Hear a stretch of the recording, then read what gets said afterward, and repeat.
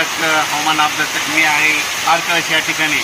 आजपासून सर्व शेतकऱ्याला सांगतो, शेतकऱ्यांना आणखीन दिनांक 12 एप्रिल, 13 एप्रिल, 14 एप्रिल दरम्यान तुम्ही तुमची काळजी घ्या. विजेच्या कडकडासह पाऊस पडणार आहे, गारपीट होणार आहे, म्हणून हा अंदाज लक्षात घ्या. आणि विशेष म्हणजे परभणी जिल्ह्यामध्ये 18 एप्रिलपर्यंत वातावरण खराबच राहणार आहे, म्हणून हे अंदाज लक्षात घ्यायचा. योगायोगानं आज मी काय झालं, पालमून सारखं इथं जात असताना इतका वादळी वाऱ्याचा पाऊस चालू झालेला आहे. या ठिकाणी थोडी गारपीट देखील आली होती, पण हे देखील सांगू इच्छितो. पण माझी सर्व शेतकऱ्याला विनंती आहे परभणी जिल्ह्यातल्या की सध्या खूप वातावरण खराब आहे. म्हणजे जास्त अवकाळी पाऊस आला की आधीच काय करायचं, वातावरण ते झालं की तुम्ही तुमचं आपण आपल्या घर जवळ करा.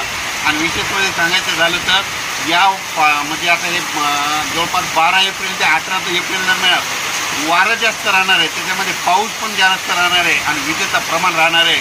सर्वदूर पडत नसतो, पण फक्त काही काही भागात पडणार आहे, म्हणून हा सर्व शेतकऱ्यांनी अंदाज लक्षात घ्या.